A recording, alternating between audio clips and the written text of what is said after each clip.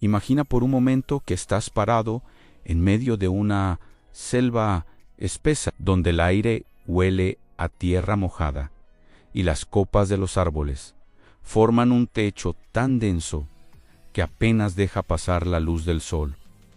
En ese lugar, el tiempo parece detenerse. No hay ruido de motores, ni señales de satélite, ni rastros visibles del hombre, solo el murmullo del viento, el canto de los pájaros y el crujido de ramas bajo tus pies. Es en este tipo de entornos donde la historia que estás a punto de escuchar tuvo lugar, una historia que no figura en los libros de historia, que no fue grabada en cámaras de seguridad, ni contada en conferencias de prensa. Es una historia que la naturaleza, con su paciencia infinita, se encargó de enterrar. Durante décadas, los gobiernos del mundo entero han librado guerras, desarrollado armas de destrucción masiva y escondido sus secretos más oscuros en los rincones más remotos del planeta. Pero incluso las estructuras más imponentes, los arsenales más sofisticados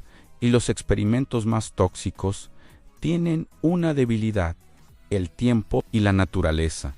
Esa fuerza silenciosa y constante no perdona, no olvida, pero sí oculta, cubre, descompone, transforma. Lo que una vez fue una base militar de alto secreto se convierte, con los años, en un claro de flores silvestres. Lo que fue un laboratorio donde se manipulaba el ADN de organismos peligrosos se vuelve un nido para murciélagos. Lo que fue un depósito de armas químicas termina siendo un refugio para ranas venenosas. Este fenómeno no es nuevo, pero sí profundamente simbólico. En los años posteriores a la Segunda Guerra Mundial, por ejemplo, los aliados y el Eje dejaron tras de sí cientos de instalaciones militares abandonadas. Algunas fueron desmanteladas, otras demolidas,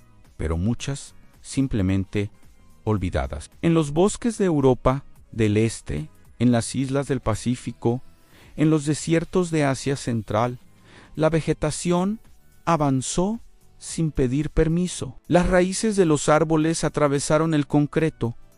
Las lianas treparon por las torretas de cañones oxidados. Los hongos descompusieron los documentos clasificados.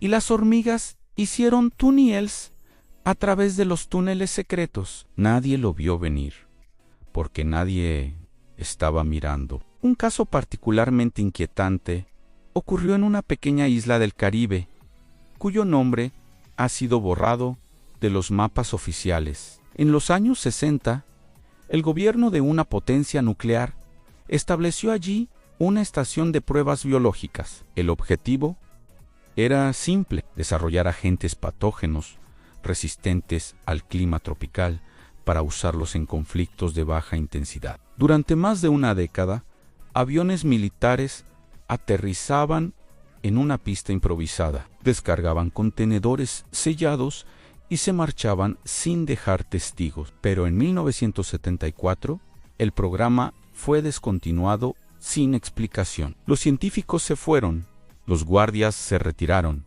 y la isla fue declarada zona restringida sin más detalles. Pasaron los años, la selva recuperó el terreno, los edificios de concreto se cubrieron de musgo, las cercas de alambre se oxidaron y cayeron. Ninguém voltó, hasta que, en 2003, un grupo de biólogos marinos que estudiaba la migración de tortugas desembarcó por error en esa isla. Al principio pensaron que era un paraíso virgen, pero pronto encontraron los restos en una estructura subterránea medio colapsada, tuberías extrañas que salían del suelo y unos tanques cilíndricos cubiertos de enredadera. Al abrir uno, descubrieron que el contenido se había evaporado o mutado. Lo que encontraron no fue un agente biológico, sino una colonia de hongos bioluminiscentes que parecían reaccionar a la presencia humana. Nunca se supo si eso fue resultado de la contaminación, de la evolución natural o de una combinación de ambas. El gobierno local, al enterarse, declaró la isla patrimonio natural y prohibió cualquier acceso futuro. Este no es un caso aislado. En las montañas de los Cárpatos, antiguas minas de uranio soviéticas ahora albergan colonias de murciélagos que, según algunos estudios, han desarrollado una resistencia genética a la radiación. En el desierto de Nevada, donde se realizaron cientos de pruebas nucleares, lo que antes era tierra árida y estéril, ahora florece con especies de plantas que nadie había visto antes, en plantas que absorben el cesio-137 y lo transforman en compuestos estables. La naturaleza, lejos de sucumbir, se adapta y en su adaptación borra las huellas de quienes intentaron dominarla. Hay algo profundamente irónico en esto. Los humanos, con su arrogancia tecnológica, creyeron que podían dejar marcas permanentes en el planeta, que sus guerras, sus experimentos, sus errores quedarían grabados para siempre en la historia geológica. Pero la Tierra no guarda rencor, simplemente sigue adelante, transforma lo tóxico en alimento, convierte lo artificial en parte del paisaje, incluso las armas más letales, diseñadas para matar en segundos, terminan siendo devoradas por el lento apetito de un líquen. En los archivos desclasificados de varias agencias de inteligencia hay referencias a instalaciones perdidas, no porque se desconozca su ubicación, sino porque han sido absorbidas por el entorno. Satélites pasan sobre ellas y no registran nada anómalo. Drones sobrevuelan la zona y solo ven árboles. Pero aquellos que conocen la historia saben que, bajo esa aparente calma, yacen los restos de proyectos que alguna vez amenazaron con cambiar el curso de la humanidad y, sin embargo, hoy no queda ni un rastro visible. Este legado invisible no es solo físico, también es ético, porque mientras los gobiernos ocultan sus errores bajo capas de burocracia y secretismo, la naturaleza los oculta bajo capas de vida. Y quizás en eso hay una lección, la de que nada dura para siempre. Ni el poder, ni el miedo, ni la destrucción. Todo